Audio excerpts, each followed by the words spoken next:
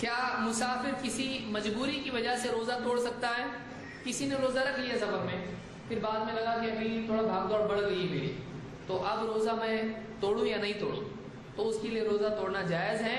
اس کی ایک قضا روزے کی وہ رمضان کے بعد میں کرے گا. جابر رضی اللہ عنہ کہتے ہیں خرج رسول اللہ صلی اللہ علیہ وسلم الی مکہ عام الفتح فی رمضان. رمضان کے مہینے میں فتح مکہ کے سال اللہ کے نبی صلی اللہ علیہ وسلم سفر میں نکلے. فصام حتی بلغ قراع الغمیم فصام الناس. آپ نے روزہ رکھا اور آپ سفر کرتے کرتے قراع الغمیم پہنچے اور لوگ بھی روزے سے تھے. فبلغه ان الناس قد شق عليهم الصيام. آپ کو یہ بات پہنچی کہ لوگوں کو روزہ بہت ہی بھاری پڑ رہا ہے، سفر میں ہے اور تکلیف ہو رہی لوگوں کو. فدعا بقدح من الماء بعد العصر. آپ نے عصر کے بعد پانی کا ایک برتن منگوایا، پیالہ منگوایا.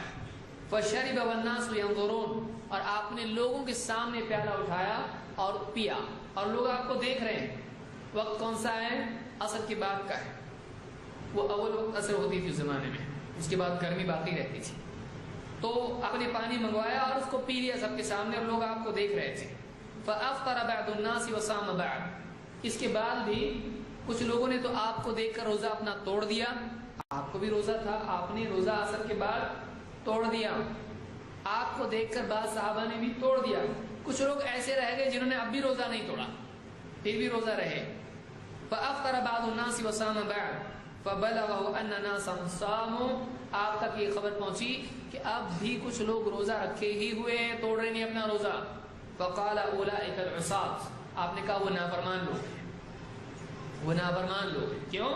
اس لیے کہ آپ نے لوگوں کی مشقت کی وجہ سے اپنا روزہ توڑا تاکہ آپ توڑیں گے تو لوگ بھی توڑیں گے، اور یہ لوگ روزہ ابھی بھی نہیں توڑ رہے ہیں اور لوگوں کو اور کنفیوز کر رہے ہیں کہ روزہ توڑنا ہے کہ رکھنا ہے.